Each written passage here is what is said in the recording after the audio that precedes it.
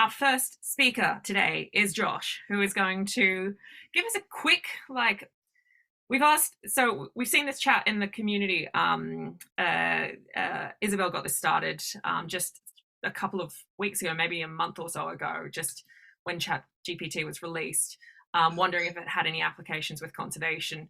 And so there was a lot of interest, and so we thought we'd throw it in as a conversational topic here to just see if there's interested in us having actually a longer, giving it the full spot later on in a future variety hour. So if you've got questions, drop them in the chat.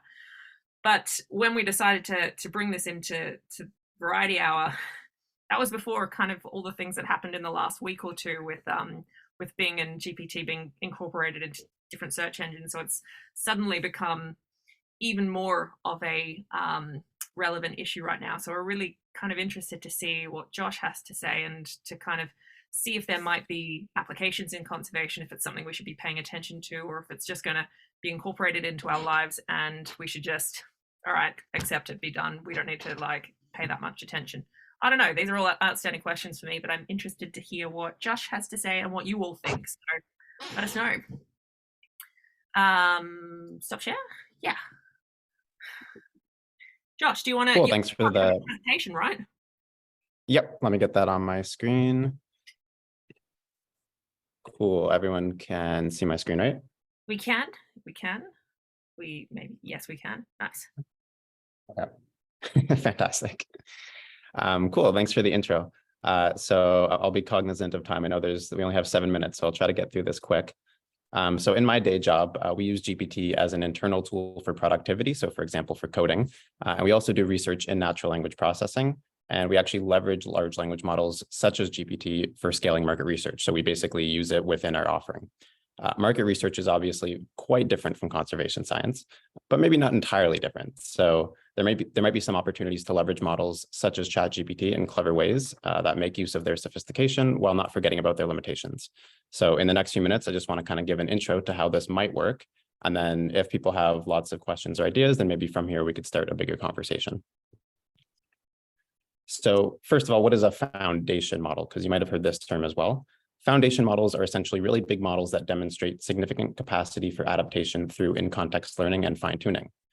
So although this doesn't really solve the long-tail distribution problem, since rare data still won't be sampled much in the training data, at least it means that for common patterns, few-shot learning is much more feasible. And so we can easily adapt foundation models to novel tasks.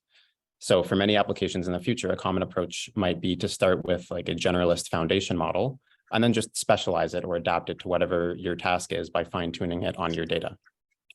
In a sense, there's nothing altogether new with foundation models. It's mostly just scale of model parameters and a huge training regime.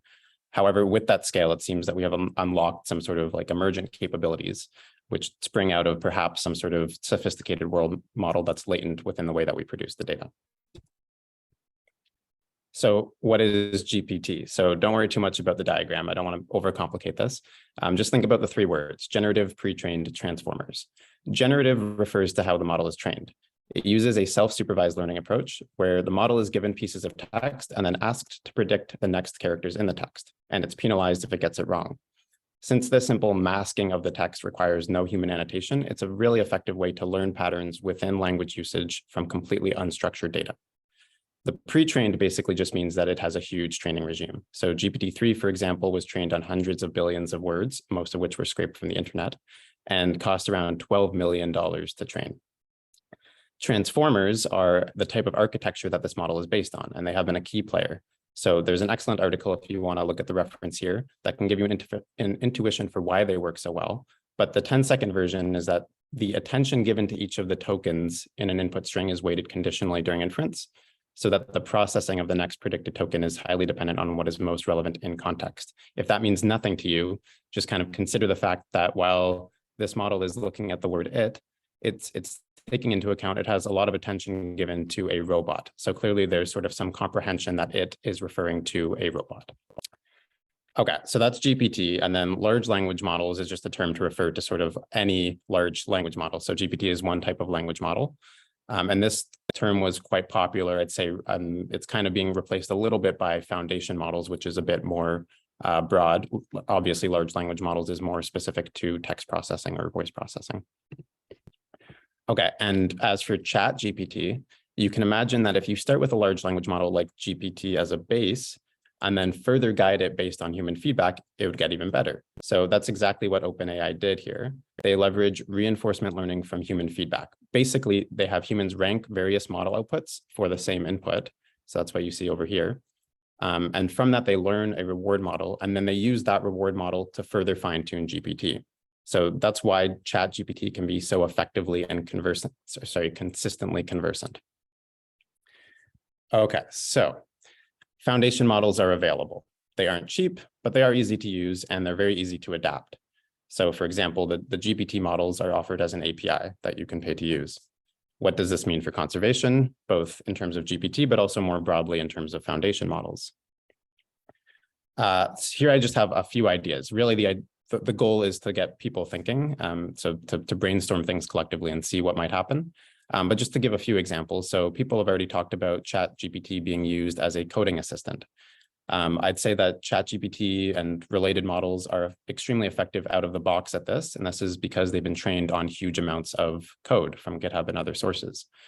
You definitely need to be cognizant of its limitations, but as a seasoned programmer, I at least have found it extremely useful for rapid prototyping, and also really like for quickly picking up on new programming languages or for ones that I haven't used in a while. And I find that like treating it as a conversation rather than just like getting it to code something, but actually treating it as a conversation so that you can ask questions about why are you doing this? Sort of does this code account for X and Y feature? That can be really effective. It's also been sort of talked a lot about as a science assistant. So you may have seen that ChatGPT is being hailed as an effective assistant for writing papers. Personally, I found it also very useful as a sounding board for ideas. So you can bounce ideas back and forth. In some cases, ChatGPT has given suggestions on par with an expert professor that we work with. The suggestions were followed by confabulated names of models that don't really exist. So while you're having conversations with ChatGPT, you might need to challenge it, or you need to know that it might be saying things that aren't necessarily bound to reality.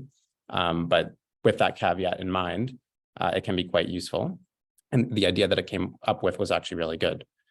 Besides this, natural language processing is already being widely applied for many other applications within the sciences. So for example, accelerating literature reviews, I think that's something that it could be very effective at. Extracting structured information, for example, to create data sets, or analyzing trends, for example, in offset reporting or even in the news.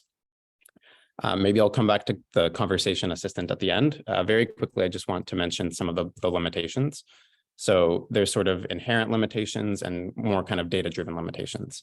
So some of the more inherent ones are with types of reasoning. So for example, common sense reasoning or even spatial reasoning, because it doesn't have spatial data. Also symbolic reasoning. So for example, with arithmetic, it can make basic errors. It doesn't really have any skin in the game. And so what this means is that if you're relying on it for decision-making, it doesn't really have any conception of the consequences of the decisions that you're making. There's also a huge issue related to interpretability and, let's say, trustworthiness. It's, in a sense, not interpretable at all, since it's such a large model. It'd be akin to looking inside a human brain. On the other hand, you can ask it for an explanation of why it's saying something, and then it will give you an explanation in English. So at that point, I think it really becomes more of a question of why should we trust it? There's also some of the data-driven limitations depend, of course, on what data was used to train it. So typically, it will have a lack of domain expertise for niche things. There'll be a training freeze. So for example, it's expensive to retrain them. So GPT-3, for example, doesn't know what COVID is. ChatGPT doesn't know who won the Super Bowl last month. There's a lot of problems with implicit biases, legal and ethical concerns. That's a whole nother conversation, so I won't go there. And then I just want to quickly point out that ChatGPT is just one foundation model. There's lots of other foundation models, and they're not just for text. So I pointed out a few here. I'm not an expert in any of these, but some could be very promising and interesting. So for example, Ringmo is a recent one that was published, and it's purporting to be a foundation model for remote sensing. Climax is from Microsoft, and it's for climate and weather modeling. AVES is from Earth Species, and it's for animal acoustics or animal vocalizations. And there's plenty of others. So just to keep things within the time limit, I will quickly go back to this slide and just talk a bit about what might a conservation assistant look like. So This is something I've been thinking a little bit about, and I'd really like to hear sort of what the community thinks of this. But I basically one of the big problems with ChatGPT is that it doesn't necessarily have a good sense of, like I said, domain expertise. So it's not a conservation expert. Nonetheless, it does have a very solid foundation for having conversations, for example, about conservation. So what's missing potentially is some sort of add-on or interface where we could sort of give it access to other types of information. That could be fine-tuning, or it could be through other methods. Basically, if we could sort of force it to really focus on useful information that we know is available from, could be, for example, communities such as Wild Labs, it could be tech directories or other sort of literature related to conservation, then it could potentially learn from those things and then become potentially a really good assistant. So if you're a small organization that doesn't have access to a consultant, for example, maybe you could start with consulting some sort of AI-based conservation assistant and then build from there. So I'll end on that. I'll just show a very quick example just for anyone that hasn't used ChatGPT, an example of what it could look like. And yeah, I'm sorry, I'm not sure if I'm already over time. I build a lot of buffer into these things, so don't worry. You'll be right. Okay. Okay, so I'll let people read through this a little bit, but basically what I did here was I simply asked ChatGPT to act as though you are a biodiversity conservation consultant. I should mention the analogy that I usually use with ChatGPT is that it's a really good actor. So if you kind of tell it to play a role, it will do a good job of playing that role. But you can imagine it's kind of similar to just asking some random person off the street, like, okay, pretend you're a biodiversity conservation consultant. So it's not going to have the level of expertise that a real expert would have.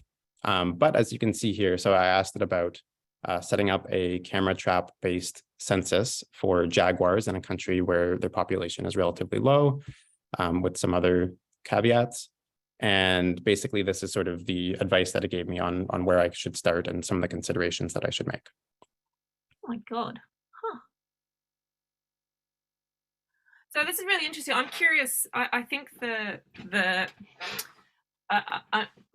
yeah, I'm quite curious in the tech assistant sort of, and like also the sort of comms space as well. Like I wonder if there's, and it might just be because I sit in a position that's all about trying to get people to talk about what they're doing, but I do wonder if there's a role to play for like helping do the heavy lift, and then you can go through and do an edit of like what, trying to talk about your projects and like capture some of the written, capture some of what we're doing and getting it written down and communicated.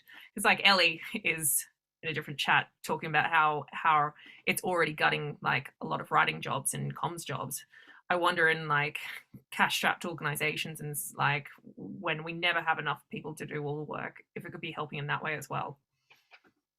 Yeah, I think definitely. So definitely like as a writing assistant, I think if you're using it effectively, it can save you tons of time. So within my organization, we already use it for all sorts of marketing things. And it's like, don't trust anything that it comes up with, but understand that it's super helpful. It can save you a lot of time as long as you're then going in and actually reviewing and making sure that it's right. I think it also helps that like it's always easier to edit than to generate text yourself. So like if I kind of like use it as a starting point, and then editing seems like much less of a like mental thing to do than like write a 2-page thing. It's like edit what this gave you. So like I use it kind of as a starting point to and then like edit. Yep. Okay. Yeah, and like sorry, Josh, okay. Final thought, and I'm going to wrap it up. Yes, I just wanted to add on to that. I guess it's also excellent like for grant applications. So if you just give it like a ton of context about what you want to do and then feed in the questions, then it can write grants for you. So I'll end on that.